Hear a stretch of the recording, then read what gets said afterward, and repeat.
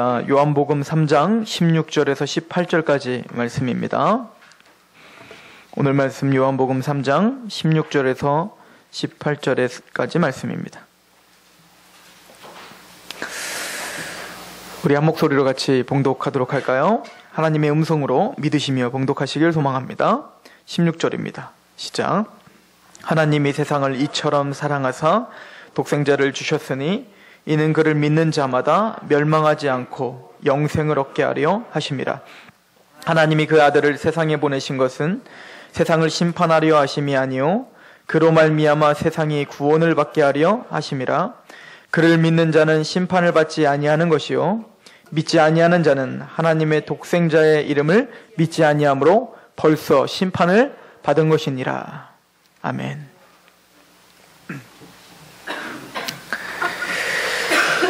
오늘 말씀은 너무나 잘 아는 말씀이죠. 하나님이 세상을 이처럼 사랑하사 독생자를 주셨으니 이는 저를 믿는 자마다 멸망치 않고 영생을 얻게 하려 하심이라. 제 기억으로는 제가 제일 먼저 외웠던 성경 구절 중에 이 구절인 것 같아요. 오늘 말씀은요, 하나님이 세상을 사랑하셔서 독생자이신 예수님을 십자가에 내어주시고 우리를 살려주셨다. 그래서 예수님의 십자가의 사건으로 우리가 죄사함을 받았으니 예수님을 믿는 자는 영생을 얻고 예수님을 믿지 않는 자는 심판을 받는다. 아니, 죽어서 심판이 아니고 18절에 보면 그를 믿는 자는 심판을 받지 아니하는 것이요 믿지 아니하는 자는 하나님의 독생자의 이름을 믿지 아니하므로 벌써 심판을 받았다. 이 사람이 심판을 받았는지 안 받았는지, 지옥 갈지 안 갈지는 죽어봐야 하는 것이 아니라 이 땅에서 알 수 있다는 거죠. 예수 그리스도의 복음을 전파했어요. 그 복음의 핵심인 하나님의 사랑, 즉 독생하신 예수 그리스도를 전파했는데 예수님을 믿지 않으면 심판을 받은 거예요. 예수님을 믿으면 심판에 이르지 않는 거예요. 예수천당 불신지옥이죠. 그래서 오늘 말씀은 바로 그것입니다. 예수천당 불신지옥이다. 이거죠. 그럼 우리가 오해하지 말아야 될 것이 있습니다. 지금 하나님은, 지금 예수님은 니고데모에게 이야기를 하면서 나를 믿으면 너는 영생을 얻고 나를 믿지 않으면 너는 심판을 받는다. 그러니 결단해라. 믿음으로 반응해라. 믿지 않으면 너는 안 된다. 믿어라. 안 믿냐? 믿으라니까? 그렇게 강요하고 계시는 중은 아닙니다. 이게 무슨 얘기냐면 구원은 믿음으로 받는 겁니다. 맞습니까? 그러나 또 구원은 은혜로 받습니다. 무슨 얘기냐면 여러분들의 믿음이 대단하셔서 우리의 믿음이 참 담대하셔서 구원 얻은 게 아니란 얘기예요. 이 믿음의 반대말은 행함입니다. 즉 우리가 구원함을 받을 수 있는 것, 우리가 거듭나서 하나님을 바라보고 천국을 소유하고 하나님의 자녀가 되는 것은 내 행함과 또 나의 어떤 고상한 어떤 생각이나 믿음 때문에 영원한 생명이 주어지는 게 아니고 어디에 강조점이 있는 것이냐면 이처럼 하나님이 세상을 사랑하셨다는 거에 강조점이 있는 거예요. 하나님이 이처럼 사랑하셨기 때문에 우리에게 믿음이 생겼다고 고백을 하셔야 됩니다. 무슨 얘기냐면 에베소서 2장 8절에 너희는 그 은혜에 의하여 믿음으로 말미암아 구원을 받았으니, 자, 믿음으로 말미암아 구원을 받았으니라고 써있지만 그 앞에 이미 뭐라고 써있어요? 그 은혜로 인하여 믿음으로 말미암아 구원을 받은 거예요. 즉 이 믿음도 은혜로 주어졌다는 얘기입니다. 이것은 너희에서 난 것이 아니요 하나님의 선물이라. 행위에서 난 것이 아니니 이는 누구든지 자랑하지 못하게 함이라. 내가 뭔가 똑똑하고 내 믿음이 고상하여 내가 구원 얻을 수 있는 능력이 생긴 것이 아니란 얘기입니다. 우리가 말하는 믿음이라고 하는 것은 내가 할 수 있는 것이 아니에요. 믿음도 내가 만들고 내가 결단한다고 생기는 것이 아닙니다. 예수님의 복음을 전하고 결단하십시오. 영접하십시오. 영접하란 말입니다. 영접 기도합시다. 예, 그 영접 기도했습니다. 당신은 하나님의 백성입니다. 이렇게 구원이 주어지는 것이 아니란 말입니다. 믿음은 하나님의 말할 수 없는 사랑이 우리 마음판에 부어지는 거야. 믿어야지 라고 하는 어떤 인식이 돌아가기 전에 내 마음이 먼저 감격하고 있는 거야. 오늘 니고데모와 예수님께서 하시고 계시는 그 이야기를 좀 생각해 보시기 바랍니다. 니고데모야, 네가 바리새인이고 너는 율법을 다 알고 하나님의 말씀을 아주 철저하게 연구한 아주 성경에는 박식한 사람이지. 하나님에 대해서 정말 정성을 쏟고 너희 모든 것을 다해서 하나님을 섬기려고 하는 대단한 종교가이지. 또한 너는 이 세상에서 믿음으로 승승장구하여 바리새인 중에 바리새인이 되고, 그리고 유대인의 관원으로서 정말 하나님의 영광을 드러내는 사람이지. 그러나 그것이 너에게 구원을 줄 수 없다. 네가 아무리 발버둥을 치고 하나님에 대한, 천국에 대한 갈망함이 있고 아무리 많은 연구를 할지라도 너는 거듭나지 아니하면 천국을 가는 게 문제가 아니라 볼 수도 없어. 그렇다면 어떻게 거듭날 수 있단 말입니까? 지금 죽어있는 상황에서는 아무리 복음이 전해지고 아무리 주옥 같은 이야기를 하고 하나님 나라의 말을 하고 이 땅의 것도 너는 이해하지 못해. 그러니 나는 하늘의 것을 말할 수가 없단다. 지난 시간에 우리는 이런 니고데모와 예수님의 대화를 통해서 우리가 결론 지은 건 뭐냐면, 아무리 종교에 열심히 있는 사람일지라도 하나님을 볼 수도 없고 알 수도 없고 진리를 깨달을 수도 없는 그런 우린 영적 죽음의 상태였음을 우리는 상고해봤죠. 그래서 우리가 유일하게 하나님의 나라를 볼 수 있는 것은 뭐라고요? 물과 성령으로 거듭나야지 된다라고 하는 거였습니다. 그럼 어떻게 거듭날 수 있단 말입니까? 무엇으로? 물과 성령으로 거듭난다고 했는데 성령님이 도대체 어떤 것을 가지고 우리를 거듭나게 하신단 말입니까? 자, 그리고 오늘 말씀을 생각해 보시기 바랍니다. 16절에 하나님이 세상을 이처럼 사랑하다 할 때 이처럼이 뭘까요? 이처럼. 이처럼 사랑하셨다는 말이 뭘까요? 독생자를 주셨다는 것? 아니요. 앞에 말한 것처럼 사랑하셨다는 거예요. 그래서 독생자를 주셨다는 거예요. 이해 가십니까? 앞에 무엇을 말하고 있었죠? 13절입니다. 하늘에서 내려온 자, 곧 인자 외에는 하늘에 올라간 자가 없느니라. 모세가 광야에서 뱀을 든 것 같이 인자도 들려야 하리니 이는 그를 믿는 자마다 영생을 얻게 하려 하심이니라. 하나님이 세상을 이처럼 사랑하사. 인자가 모세가 광야에서 뱀을 높이 들은 것처럼, 나무에 들은 것처럼 인자가 나무에 달릴 만큼, 달리게 할 만큼 이처럼 하나님은 세상을 사랑하셨다는 거예요. 예수님께서 나무에 달렸다는 게 무슨 의미가 있습니까? 도대체 이처럼 사랑한다는 말이 무엇입니까? 신명기에 보면 나무에 달린 자마다 저주를 받은 자다라고 말을 합니다. 지금 무슨 얘기죠? 예수님이 모든 저주를 받으셨다는 건데, 그 저주는 바로 저와 여러분들이 받아야 될 그 저주인데, 이 세상이 받아야 될 저주라고요. 어느 정도로 이 세상이 타락했냐고요? 노아의 날에 하나님께서 어마어마한 홍수를 통하여서 한 사람도 살지 못하도록 전 인류가 다 죽을 만큼, 사실은 그 정도로 하나님은 지금 진노하고 계시고, 그 진노의 그 저주는 우리가 감히 상상할 수 없는 재앙입니다. 제가 서울에 있을 때 안산상록교회에서 낮잠을 자다가 잠깐 일어나서 DMB를 봤는데 북한이 연평도에 포격을 가했다는 거예요.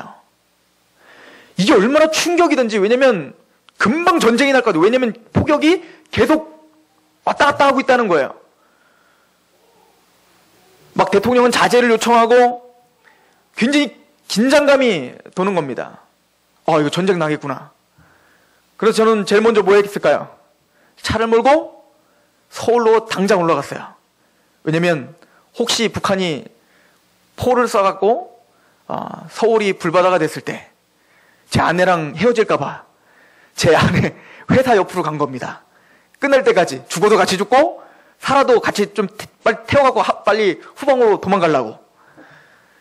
일찍 끝내줄 줄 알았더니 일찍도 안 끝내주고 끝까지 근무를 하더라고요. 근데 그때 제 아내는 정말로 좀 불안함이 있었어요. 야, 이러다가 진짜 북한이 포를 쏘면 어떻게 되지? 제가 군대에서 듣기로는 북한이 포를 쏘면 적어도 서울 정도는 폭탄이 터져서 죽는 게 아니라 폭탄에 맞아 죽게 될 거라고.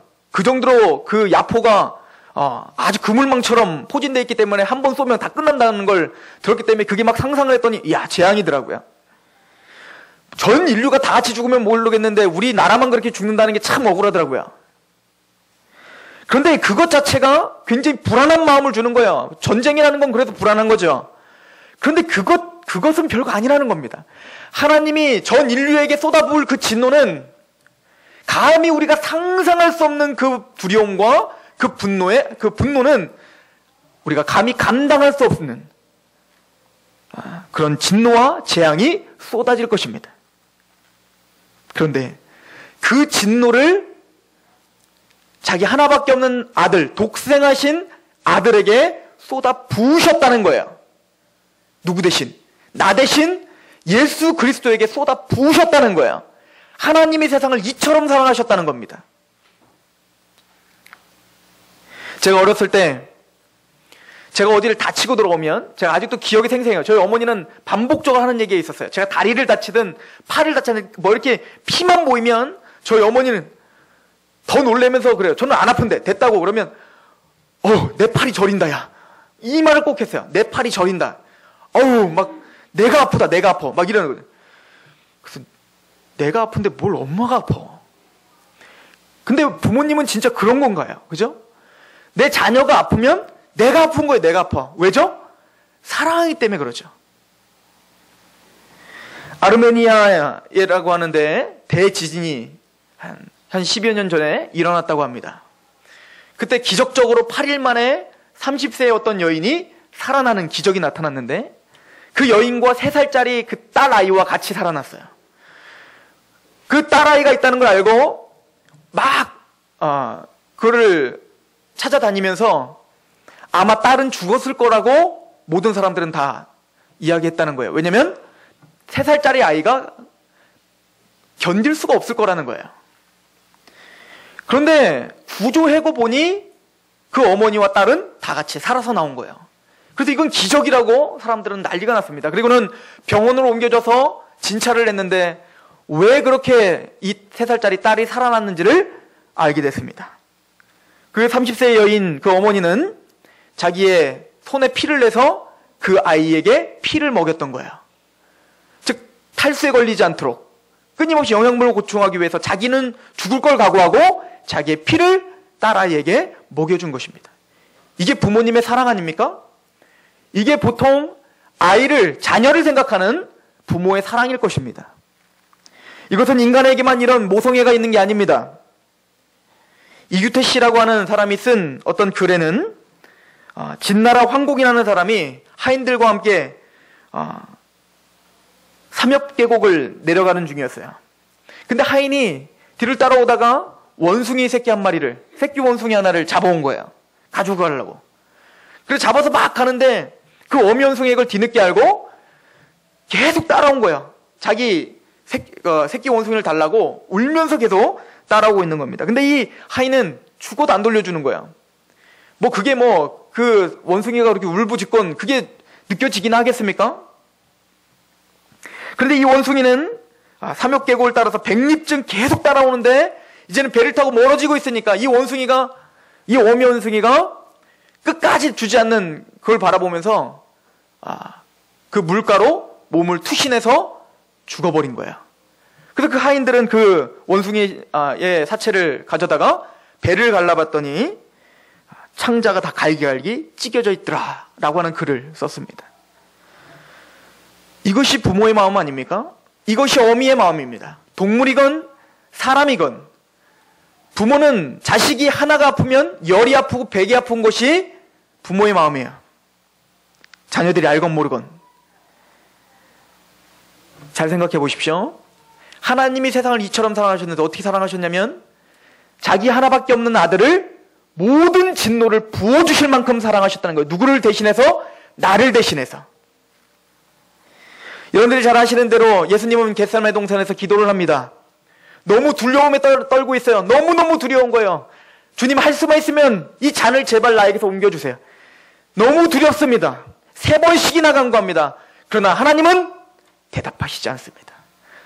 하나님의 마음은 갈기갈기 찢어지는 것 같았지만 대답하지 않았어요. 그렇게 두려워하고 있는 자기 하나밖에 없는 아드님이 하나님 앞에 울부짖을 때 하나님은 대답하지 않고 그것을 외면했습니다. 누구 때문에? 저 때문에요.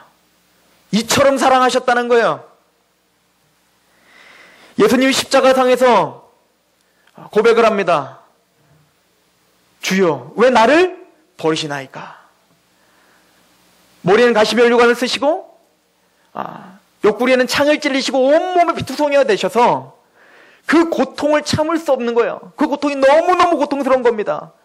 꼭 사랑하는 아버지와 끊어진 것처럼 그 모든 저주와 진노를 한 몸에 다 받으신 거예요. 그럴 때 하나님은 그 예수 그리스도를 외면하십니다. 우리 부모의 마음이 열이라면 하나님의 마음은 백이 아프고 천이 아픈 거예요. 왜요? 그 감정을 창조하신 분이 하나님이십니다. 그 하나님은 그 모든 저주를 자기 아들에게 쏟아 부으시면서까지 우리를 사랑하셨다는 거예요. 그런데 우리는 이것이 느껴지질 않는 겁니다. 이게 느껴지질 않아요. 왜냐하면 감히 우리가 상상할 수 없을 만큼의 사랑이기 때문에 그렇습니다. 하나님이 세상을 이처럼 사랑하사 독생자를 주셨으니 이는 저를 믿는 자마다 멸망치 않고 영생을 얻게 하려 하심이라. 우리는 내 자녀가 아플 때 내 가슴이 찢어지는 건 알고 있지만 예수 그리스도가 십자가에 달리실 때 하나님의 마음이 갈기갈기 찢어질 것을 우리는 상상을 못합니다. 그리고는 그 아들을 내어주기까지 우리를 대신하여 그 아들에게 모든 진노를 퍼부으실 때 그 하나님의 마음이 어떠실지 우리는 감히 상상할 수 없어요. 그러나 예수님은 니고데모에게 그렇게 이야기하는 겁니다. 이 사랑을 알게 됐을 때 너는 영생이 주어질 것이다 라고 하는 것입니다.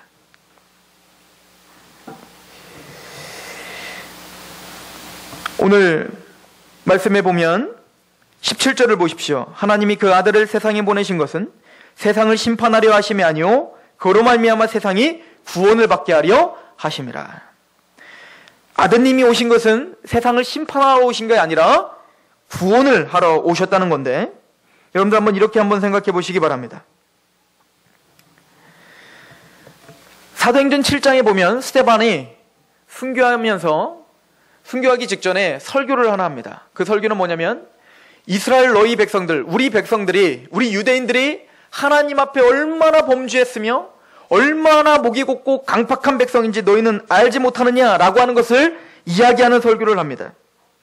그래서 사도행전 7장 52절에 보면 선지자들 중에 누구를 박해하지 아니하였느냐 의인이 오시리라고 한 자들을 그들이 죽였고, 이 얘기는 뭐죠?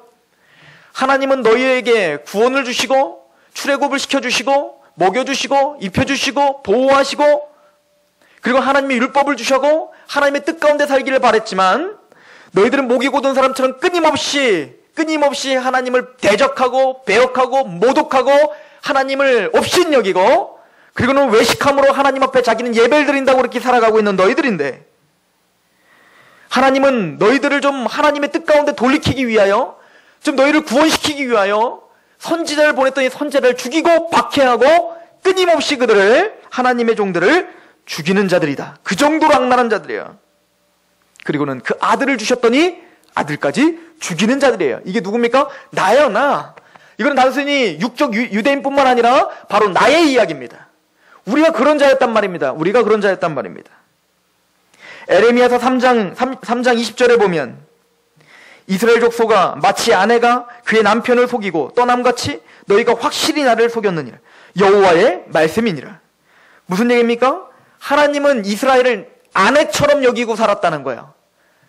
하나님은 이스라엘의 남편이 되시고 너희는 나의 아내다. 그러니까 애지중지 항상 그를 보호하고, 또 누군가가 내 아내와 같은 이스라엘을 힘들게 하면 그 남편은 어떻게 했습니까? 그 이스라엘을 보호하기 위하여 모든 힘과 능력을 동원하여 그들을 처단하고, 그리고는 나만을 사랑해달라고 끊임없이 구애를 하고 있는 남편과 같이 그렇게 이스라엘에게 끊임없는 사랑을 폭포수처럼 쏟아 부었어요.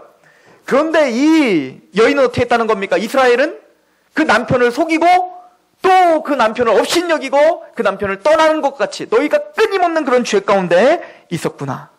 우리가 이번 주에 에스겔서를 봤을 때도 에스겔을 통해서 무슨 이야기를 했습니까? 너희가 어린 때를 기억하지 못한다고 했지요. 너희가 피투성이로 있을 때 막 태어나서 죽을 수밖에 없었던 그 시기에 나는 제발 죽지 말라고, 너는 제발 죽지 말라고 하나님은 끊임없이 우리를 보호하셨고 너를 애지중지 여겼지만, 그래서 너를 왕호까지, 여왕의 자리까지로, 그런 영광의 자리로 올렸지만 너는 내가 준 그 복으로, 내가 준 물질로, 내가 준 시간으로, 내가 준 그 힘으로, 내가 준 건강으로 너는 여전히 세상과 타협하며 그렇게 바람을 피고 그렇게 음행을 저지른 그런 나를 속이는 부인이었다. 이렇게 이야기를 합니다. 이게 에스겔서의 에레미야의 주된 내용이지요. 이쯤 되면 뭐라고 이제 나오는 게 맞습니까? 하나님 이쯤 되면 이스라엘 향해서 뭐라고 하는 게 맞습니까? 그러므로 내가 더 이상 참을 수가 없다. 그러므로 내가 더 이상 너희를 더 이상 내 부인으로 여길 수가 없다. 내가 너희들 가만두지 않겠다. 내가 당장이라도 내가 너희를 초점 박살을 내주겠다. 너희들은 다시는 천국, 예배, 믿음, 이런 거룩한 용어도 너 입 밖으로 내지 못하도록 너희를 완전히 짓밟고 부셔버리겠다 라고 말하는 게 맞아요. 분위기상. 그런데 에레미야서 31장 31절부터 33절은 내가 새 언약을 맺겠다 이렇게 말해요. 내가 율법이라는 방법을 통하여 선제들의 율법을 선포하고 그렇게 살아라고 아무리 얘기해도 너는 내 말을 듣지 못했는데, 그래서 내가 방법을 다시 동원해서 너희를 반드시 나의 사람으로, 나의 백성으로 만들고야 말겠다 이렇게 다시 선포하시는 거예요. 포기하지 않으시는 겁니다. 하나님이 그렇게 죄악 많은 그 이스라엘 백성들을 포기하지 않고 새 언약을 또 맺겠다는 거예요. 그래, 모세를 통해서 그런 신기하게 영광스럽게 그렇게 돌판에 새겨갖고 율법을 줬지만, 그 율법을 남편이 아내에게 준 것처럼 줬지만 너는 그 돌판을 완전 깨버리고 하나님 말씀을 듣질 않았지. 그래서 내가 이제는 그 법을 네 마음에 새길 거야. 더 강한 방법으로 우리를 몰아붙이겠다는 거야. 우리는 하나님을 떠나려고 하지만 하나님은 이스라엘 백성들을 떠나지 않겠다고 말하는 겁니다. 어찌됐든 무슨 수를 쏘든 내 종들을 죽이는 너희들이지만 나는 너희를 반드시 살려내고야 말겠다는 거야. 그래서 마침내는 누구를 죽이기까지? 내 아들을 죽이기까지 내가 반드시 너를 살리겠다. 이것은 하나님의, 거부할 수 없는 하나님의 사랑의 힘입니다. 이것은 누구도 끊을 수 없는 하나님의 사랑의 능력입니다. 그래서 로마서 8장 31절 34절에 보면 뭐라고 써 있습니까? 이제는 높음이나 기쁨이나 그 어떤 피조물도 우리를 그리스도의 사랑에서 끊을 수 없다라고 말하는 거예요. 왜요? 이 전투적인 사랑을 그 어떤 누구도 방해할 수 없는 거예요. 제가 이단 상담하고 후속 조치할 때 이거를 설명했더니 어떤 신천지 출신 청년이 저한테 이렇게 물어보더라고요. 그 어떤 것도 그리스도의 사랑에서 끊을 수 없다라고 말했는데, 그 어떤 것도 피조물도 끊을 수 없지만 나는 끊을 수 있는 거 아닙니까? 나 스스로는 내가 끊을 수 있는 거 아닙니까? 성경을 오해해도 한참 오해한 거예요. 이스라엘이 그 범죄 가운데 스스로 하나님이 없다 계속 끊임없이 이러지만 하나님은 포기하지 않고 그 이스라엘을 끝까지 살리겠다니까요. 나도 끊을 수 없는 거예요. 때로는 우리가 믿음이 연약해져 쓰러질 수 있지만 하나님은 우리와 맺은 그 언약을 끊지 않겠다는 거예요. 이게 바로 인자가 나무 위에 달려야 하리라. 하나님이 세상을 이처럼 사랑하셨다는 이야기입니다. 이 말을 로마서 5장을 통해서 한번 정리해 봅시다. 로마서 5장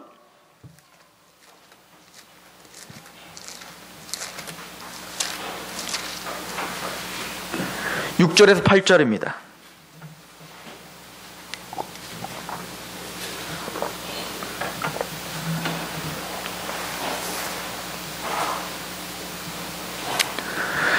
우리가 아직 연약할 때에 기약대로 그리스도께서 경건하지 않은 자를 위하여 죽으셨도다. 의인을 위하여 죽은 자가 쉽지 않고 선인을 위하여 용감히 죽은 자가 혹 있거니와 우리가 아직 죄인 되었을 때에 그리스도께서 우리를 위하여 죽으심으로 하나님께서 우리에 대한 자기의 사랑을 확증하셨느니라. 우리가 연약할 때 기약대로 그리스도께서 경건하지 않은 우리를 위하여 죽으셨습니다. 의인을 위하여 죽은 자가 쉽지 않소요. 의인을 위해서도 이 사람을 위해서 내가 목숨을 바치겠습니다 라고 하는 사람이 혹 있을지라도 그것도 쉽지 않은 거예요. 또 선인을 위하여 용감히 죽는 자가 혹 있거니와, 그러나 내 원수를 위해서 내가 대신 죽겠다라고 하는 사람은 없는 겁니다. 이거는 있을 수가 없어요. 여러분들, 김일성을 위해서 내가 대신 죽겠습니다 하는 사람이 어디 있겠습니까? 우리 남한 사회에. 내 자녀를 죽인 그 원수를 위해서 내가 대신 죽겠습니다 라 말할 수 있는 사람이 어디 있겠냔 말입니다. 그런데 이런 말도 안 되는, 우리의 마음에 거리낌이 되는 이러한 사랑을 하나님이 우리를 향해서 하셨다는 거예요. 말도 안 되는 사랑이니까요. 말도 안 되는 사랑이라니까요. 감히 상상할 수 없는 사랑이니까요. 우리가 감히 흉내낼 수도 없는 사랑이라니까요. 그래서 우리는 이 사랑이 뭔지 감히 알 수가 없는 거예요.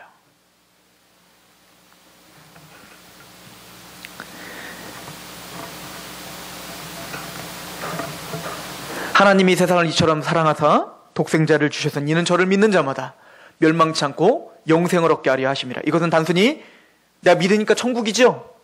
나 믿었으니까 된 거 아닙니까? 나 믿는데? 이런 얘기가 아니에요. 우리 안에 이 커다란 사랑이 내 마음을 치는 거예요. 내가 믿었냐 안 믿었냐 이런 거 따질 여를도 없어요. 그냥 이 큰 사랑 앞에 내 마음이 겸손해질 수밖에 없는 거예요. 이 큰 사랑 앞에 내가 이해했냐 못했냐 이런 걸 따질 여를도 없어요. 그냥 이 사랑이 내 마음에 성령님 부어주실 때 그냥 아무 소리 못하는 거예요. 그리고 그 하나님 앞에, 그 경외감 앞에, 그 영광스러움 앞에 그냥 내 삶을 드릴 수밖에 없는 사람이 되는 것. 이것이 믿음입니다. 이것이 영접입니다. 단순히 지식적인 깨달음이 아닙니다. 이 엄청난 사랑 앞에 그냥 오늘도 찬양할 수밖에 없는 거예요.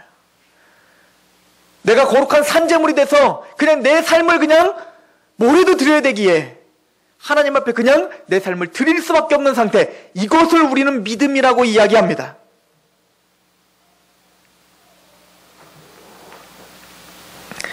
고린도후서 5장 14절, 그리스도의 사랑이 우리를 강권하시는도다.